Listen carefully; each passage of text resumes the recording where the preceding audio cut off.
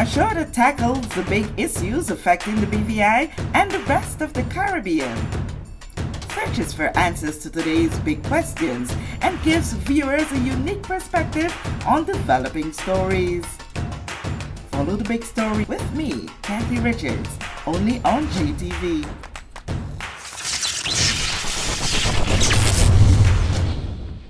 This show is brought to you by the National Bank of the Virgin Islands, Cyril B. Ramney Tertola Pier Park, NV Salon Spa Nail and Barbershop, the Wellness Center, Medical and Behavioral Health Clinics, Ticely Cross Deliciously Smooth Cider, HOV Medical, and Digicel. Sign up for Digicel Plus Home Light Bundles, faster internet, movies, and sports.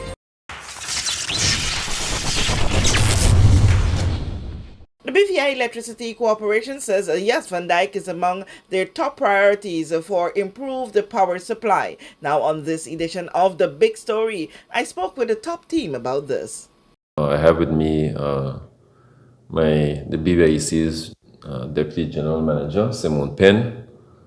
Next to her is Otley Reimer, who's one of our engineers at Pacopan, and also the generation engineer, Mr. Chadwick Valek. Just a synopsis of what happened around about midnight on the 17th of September 2023.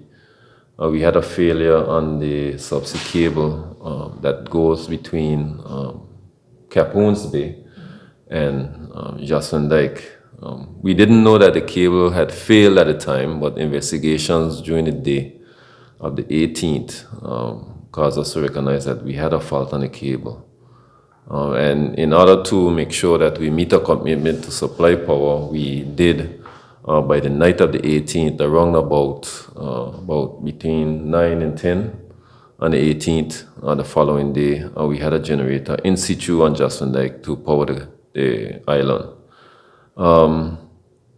What's important to understand is that there's one subsea cable that goes to Jas Van Dijk from Tortola. And that cable, because it's on the north side of Tortola, is subjected to wave action as it goes up from the land into the sea. There's a fairly shallow journey for it as it traverses into deeper water that is often exposed to what we call in the BVI ground sea. And that action actually moved the cable and caused it to have a failure on it. We have techniques that we use to weight it down, put weights on a cable. For some reason, those weren't as effective in that particular case. So since it's the 18th of September, we've been powering Jas Van Dijk with this generating set. And there have been some concerns here and there where we've had maintenance issues on the generator. We generally maintain it. We have guys over there from BVIC at least 2 or 3 times a week. We carry fuel over, we maintain it. But recently, a couple of days ago, we had a concern, a maintenance concern that we corrected within a short space of time. So that is the synopsis of what is happening now. And we are here available to provide any further details that you may have for us. Okay. Question from us. Yes. In terms of the maintenance, if one of your guys can talk about the maintenance of that generator before we go to when do we get that cable back in operation? Okay, all right. I'll let Ricky or Chazwell, one of those two, Chazwell answer that.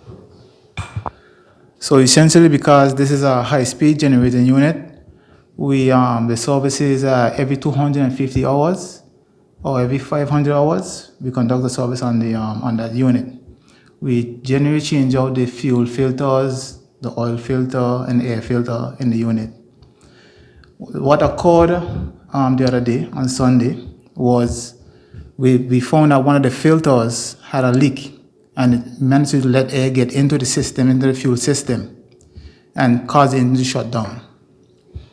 So in troubleshooting the unit, they were troubleshooting the unit for like 5 or 6 hours, and then we finally got the unit back started. Preventative measures going forward? Well, preventative measures is that we bought a new filter for the unit. The faulty filter was changed out. We bought a new filter and put in the unit, and they have to monitor the unit very closely now. All right. Anyone to talk about the current situation of getting a more permanent fixture back for power supply? Currently, Kathy, we have an order out for some what we call compound. We'll have to do a joint in the cable that goes to Jocelyn Dyke. We'll take out a section of it and then we'll join it back to the remaining cable. So we actually have an order that was done, remember what date? On the 22nd of September. That's supposed to take 6 weeks to get here. They, plus or minus a week or two. So once that is done, I would expect it would take us less than a week to make the repair, and then we should have Jocelyn Dyke back to the status, the regular situation that it should be in.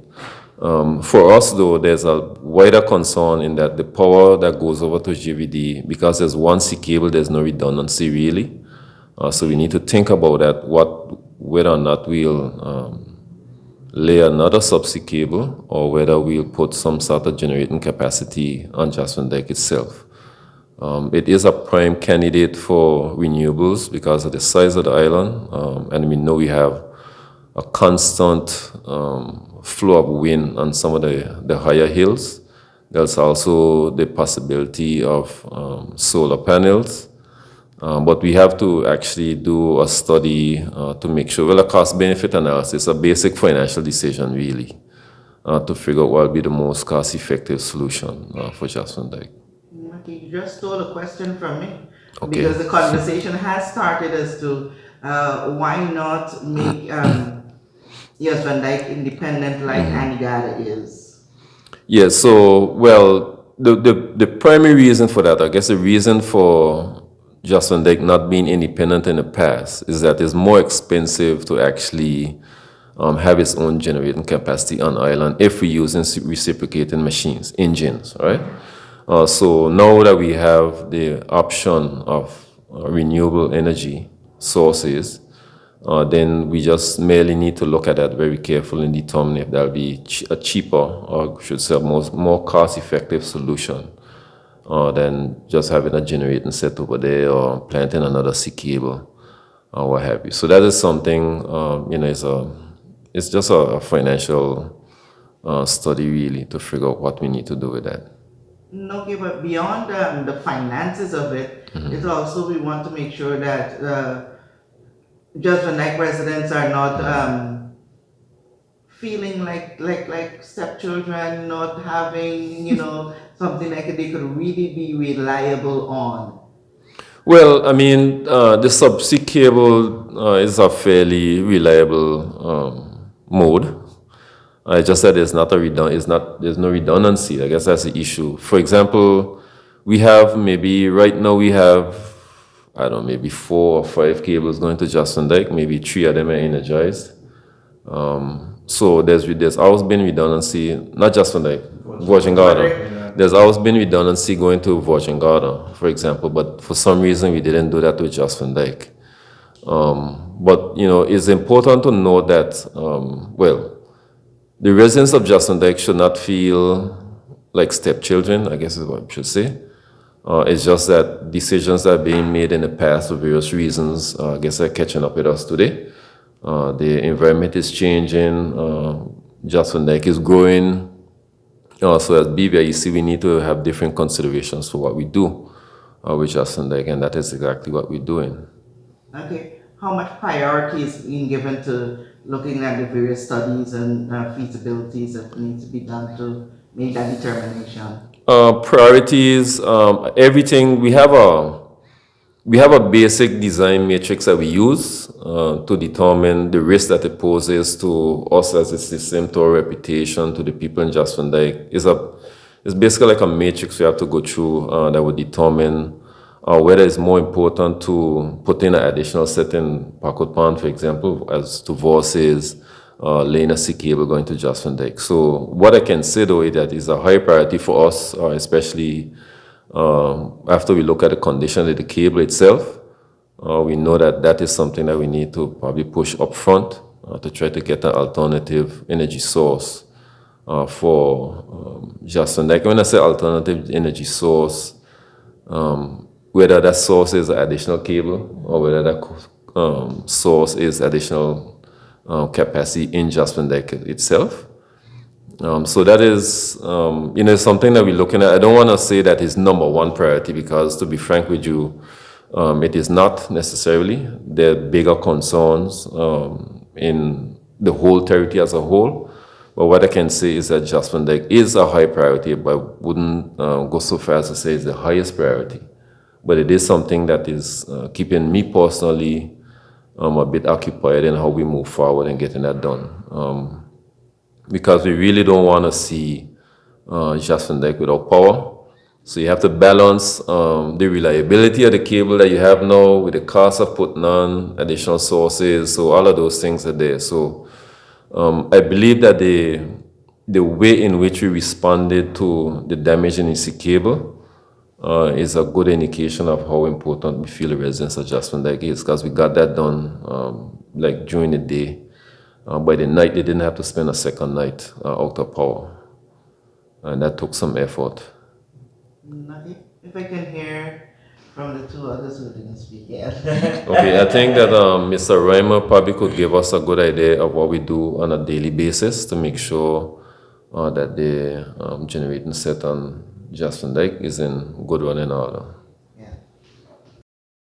Basically, we ensure that fuel is delivered over there on a timely basis. We send sometimes our guys over there 2 or 3 times a week. Along too, we have a local resident over there that's assisting us with monitoring the fuel and giving us feedback on how the generator is behaving.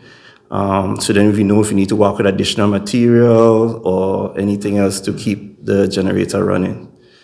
So that's pretty much, we just monitor it on a regular basis to keep the residents of Jasper Deck in power.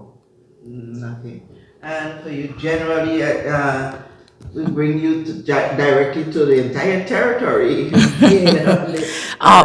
So just to conclude and reiterate what Dr. Smith stated, our priority right now is to ensure that we get the cable repaired as quickly as possible to alleviate any discomfort to the residents of the Jasper Deck community. So we anticipate once we receive the compound to repair the cable, we execute swiftly the repair and that we could return the cable to service as quickly as we can. Okay. And speaking generally to the territory, what's the number one priority that you're working on right now? Number one priority, to be frank with you, is reliability for every city, reliability of energy supply to every citizen in the BVI. Okay, so we work on that. I think we probably touched on it briefly at the last discussion that we had, that the various factors that come into play. A lot of them as no fault of us in our operational day-to-day operations. But it happens. So our number one priority is that every time you turn on your light switch, the light comes on, right? And then second to that, right after that would be affordability, right? So on account of affordability, has that conversation started yet with the government? No, they have not approached us as yet. So we'll see how that goes. But we have a longer range focus to reduce the cost of energy in the BVI in general. So governments, based on the discussions we had the last time, their proposal is perhaps just a temporary one. We're looking at trying to get energy production or energy in the BVI just at a lower rate than it is now. Okay, and how long that batch of fuel that you currently have will last, that will see you we get lowered surcharge? Okay, so to be frank with you, there's not, well, I'm being frank with you, but if we're using fuel, we can actually go into hedging strategies, which is a whole finance topic, to see if we could reduce the cost of fuel. But our approach to that is a bit more long-term than just hedging. What we're looking at is changing the the source of energy in the BVI. So as we said the last time, renewables is actually a good segue into that. Once we manage it properly and we're able to get the energy from those renewable sources, once you capitalize the installation costs at a reasonable rate, that should be able to reduce our costs to the customer, right? All right, team at BVI EC, thank you so much for shedding light on what's happening, especially with Yas Van Dyke and generally with the territory. Thank you so much. You're welcome. We know that where you choose to bank matters, and it is your vote on what your funds do in strengthening our community. As your official Bank of Paradise, we invest and support the lifeblood of our economy by helping in the realization of personal goals for homeownership, education, and entrepreneurial visions, which support small businesses. We make it our place to connect with persons and worthy causes, and we have been doing so for more than 30 years. Where your money goes and what your dollars empower are your choice. And we thank you for choosing us, a bank that gives where it matters the most, for you, for our community, and a happier tomorrow. The National Bank of the Virgin Islands. Everyone looks to the future, but no one truly knows what the future holds. The number of people under the age of 20 with type 2 diabetes could increase by 49% by 2050. Let it be known that we all have a 30% chance of developing hypertension. Globally, more than 300 million people of all ages suffer from depression. More than 60,000 young adults aged 20 to 39 are diagnosed with cancer each year. Obesity leads to problems such as stroke, heart disease, and kidney failure. No matter your race, age, or color, we are all at risk. These diseases can be managed or prevented if caught early.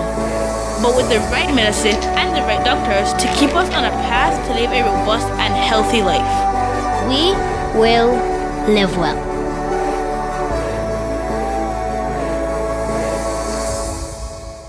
Plug into Digicel Plus and get even more entertainment with Disney Plus included. The best of Disney, Pixar, Marvel, Star Wars, and National Geographic all in one place. Whenever you want, plug into Plus to enjoy Disney Plus and much more with a home fiber bundle. Sign up today. Digicel Plus.